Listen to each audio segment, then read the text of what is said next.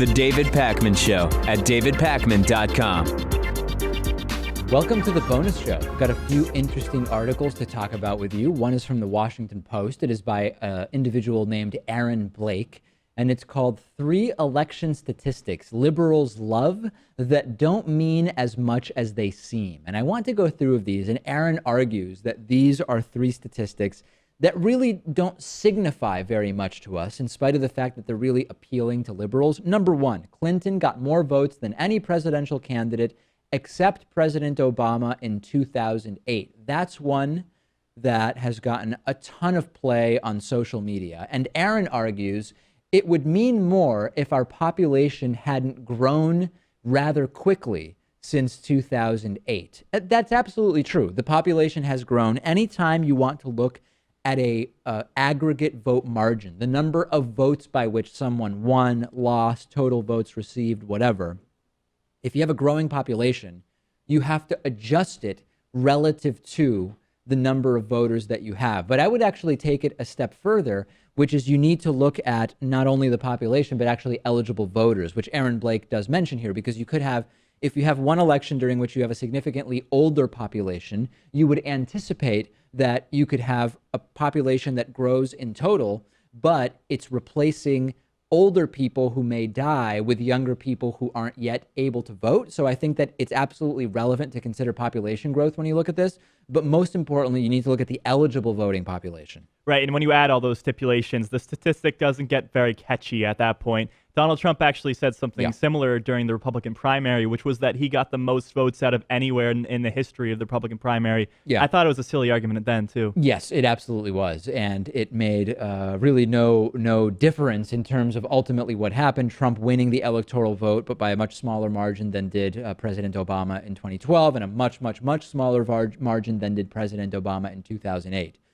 Fact number 2 that liberals love, but is not too meaningful. Green Party nominee Jill Stein exceeded Trump's margin of victory in the states that mattered. I actually think that this is relevant to us. And Aaron Blake says, you look at Michigan, where Trump won by slightly under 11,000 votes. Jill Stein got 51,000 votes. In Wisconsin, Trump won by 22,000. Stein got 31,000. In Pennsylvania, Trump won by 44,000. Jill Stein got 50,000. The argument that some liberals make is if Jill Stein hadn't been there, most of those Jill Stein voters would have voted for Hillary Clinton, and thus Hillary Clinton would be president because she would have gotten more votes than the margin of defeat that she was handed by Donald Trump. And Aaron Blake says it seems plausible that Clinton might have won, but in Michigan, but in the other 2 states, it's less likely because exit polls show that 60% of Stein backers say they wouldn't have voted at all if she were on the ballot. So it's true that among the Stein voters who would have voted for someone else, Hillary Clinton would have gotten the majority of those votes. But Aaron is arguing in this article that 60% of those Jill Stein votes would have just been for nobody because those people wouldn't have voted at all. I think the numbers are so close that I would not that it's going to change anything now, but I would not write off Jill Stein as having had no impact on this election. Right, even though she only got 0.96% of the national vote. I think if anything, we go to this all the time, but it really tells us the need of having a ranking voter system. Yes, indeed. Because if Jill Stein wasn't able to win the presidency on her own, which of course she wouldn't, those votes would go to the second choice, which for most people would have been Hillary Clinton. Not only that, but a ranked choice voting system would probably have had Jill Stein receive way more than 0. whatever percent of the vote, because there were many people who might have liked to vote for Jill Stein, but didn't because they didn't want to potentially be the spoilers in their state. With ranked choice voting, you could say Jill Stein number 1, Hillary Clinton number 2. If after the initial counting, Jill Stein doesn't have enough votes to be president, those Jill Stein votes go to the number 2 selections of those voters, which in most cases would have been Hillary Clinton. Last fact that liberals like but doesn't mean a lot, and this one I agree with. Democrats won the Senate popular vote even though they lost control of the Senate. Only 1/3 of the Senate seats are up for re-election with each cycle. So the popular vote in the Senate is going to be heavily skewed by which states are up for re-election. And it just so happens that some really big Democratic states had had Senate races that were being fought, and that heavily skewed the numbers. So I actually agree with the article. I don't think that the popular vote results of the Senate races in 2016 tell us that much. I mean, congressional gerrymandering is a sort of different thing. I don't think that this statistic is that relevant for us. Yeah, because the spirit of the Senate is that it's not weighed equally because every state has 2 senators regardless of their population. Indeed. So you can't average a state like California where the Democrat wins big with a small state like North Dakota and say, well, overall, the Democrat received more votes. I don't think that's just intellectually honest. Nope, it doesn't really. And it also doesn't really tell us much about what Democrats need to do in the future. It doesn't really inform strategy. I think that one is sort of a red herring that doesn't make too much sense to me. Send me your thoughts on these. I want to tell you about an article in The Atlantic that I highly, highly, highly recommend you read. It's called How Casinos Enable Gambling Addicts, and it's by John Rosengren. I read the entire thing. It took me it's quite long, so it took me 15 minutes here and there over several days. I had a sense for how casinos are using behavioral psychology, particularly with their slot machines and video poker type games, all of the non-table games, to induce people to continue gambling. But this article is so good at explaining the research that's done into how slot machines are developed, the real world impact that this can have in terms of what it means to be a problem gambler, and the disproportionate percentage of profits that casinos make from problem gamblers. So there's an estimate for, I don't remember the exact numbers, but I've heard about 25% of people who go to casinos are addicted gamblers. Well, not only that, but more importantly, that you might have, let's say the number is 25% of those at casinos are problem gamblers. That 25% of people represent way more than 25% of the casino's profits. In other words, casinos are disproportionately profiting from the problem gamblers.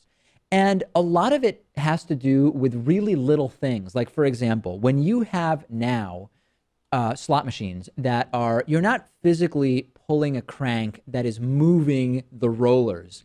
You're pressing a button, or you might physically move a crank, but it's totally digital, right? So it's pre-programmed in terms of what's going to come up. It has to conform to certain odds, and it has to pay back a certain percentage of the gambled money as winnings. But you can create the illusion of close calls where one of the ribbons might only be slightly off visually from what would have been a major jackpot. But because it's all digital and pre-programmed, being slightly off is no different than being way off from letting you win a jackpot.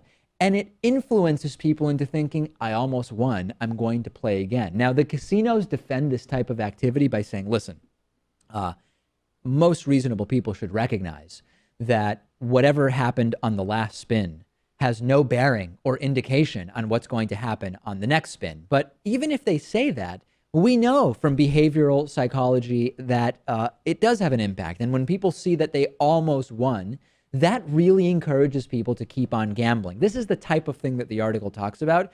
It's fascinating, and it is incredibly disturbing. And when the few times I go to casinos, basically I go to casinos twice a year to Mike Papantonio's conference in Las Vegas, I don't even think of touching a slot machine or a video poker machine or anything. If I do anything, I might go to a blackjack table or a poker table where you're playing with other people and there's at least the illusion of some decisions to be made to different degrees. But I think that it's so sad when you go to these casinos and you see people that are clearly unable to pull themselves away from these slot machines, which are pre-programmed to take your money. The individual might win, but they only pay back somewhere between 85 and 90 typically percent of the gambled money. So statistically, the longer you play, you will lose between 10 and 15% of your money. Yeah, I think in the games where you have where skill determines the outcome a little bit more, to some degree, makes more sense. Things like poker and blackjack, as you mentioned. Yeah. But if you're just pulling a lever, that's completely chance. And of course, the House is going to determine what percentage of the time they're going to win and what very few percentage of the time they're going to lose. The article also tells the story of a man who actually killed himself after getting involved in a gambling addiction, not extorting, but basically taking money from his employer. I mean, it's absolutely horrifying. I have a couple of friends that at a few points in time, I thought were having a problem with gambling. They were really going to casinos too regularly, in my view. And they were spending hours and hours and sometimes playing overnight. I don't think I know anybody currently who's having a gambling problem, but have you dealt with this at all? Well, I was going to go to the Trump Casino in Atlantic City, but it was shut down. Is that true? No. Okay, yeah.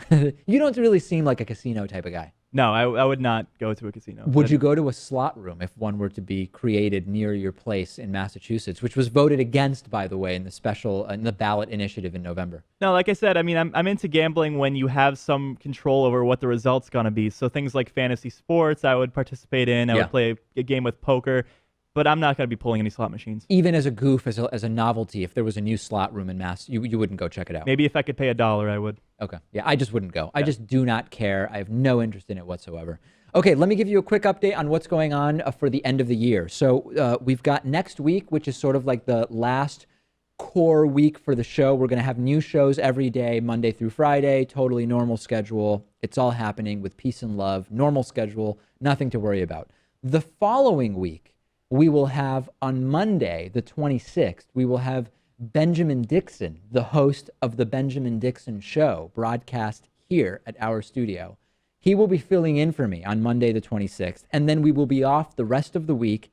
And then the following week, because January 1st falls on a Sunday, the show will be observing New Year's Day on Monday, January 2nd. So then we'll basically be off for a week from December 27th until January 2nd. We will be off, returning on January 3rd. That's 5 shows that we will be off for. And on the public podcast feed and on our TV stations, we are going to be basically counting down the 5 most popular shows, the most watched and listened to shows from 2016.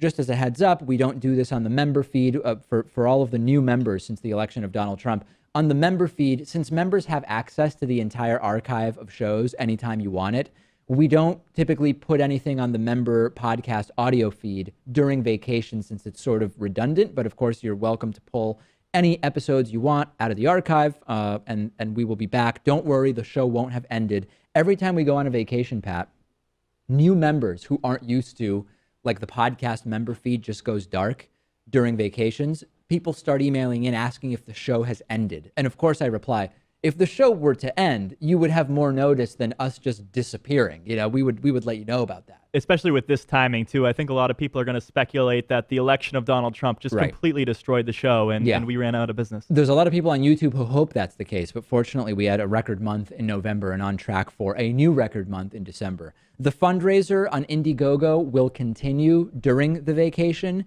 I really need your help there. I really, really need anybody who is interested, who shares the goals I have for the future of the David Pakman Show, being a bigger player in progressive activism and continuing to improve also the reach, distribution, and production value of the show. Please donate at davidpakman.com/donate. We're going to continue pushing this, and if there's any perk I can add that would interest you in making a larger donation, please don't hesitate to reach out, and I will do what I can. That I can assure you. The David Pakman Show at davidpakman.com.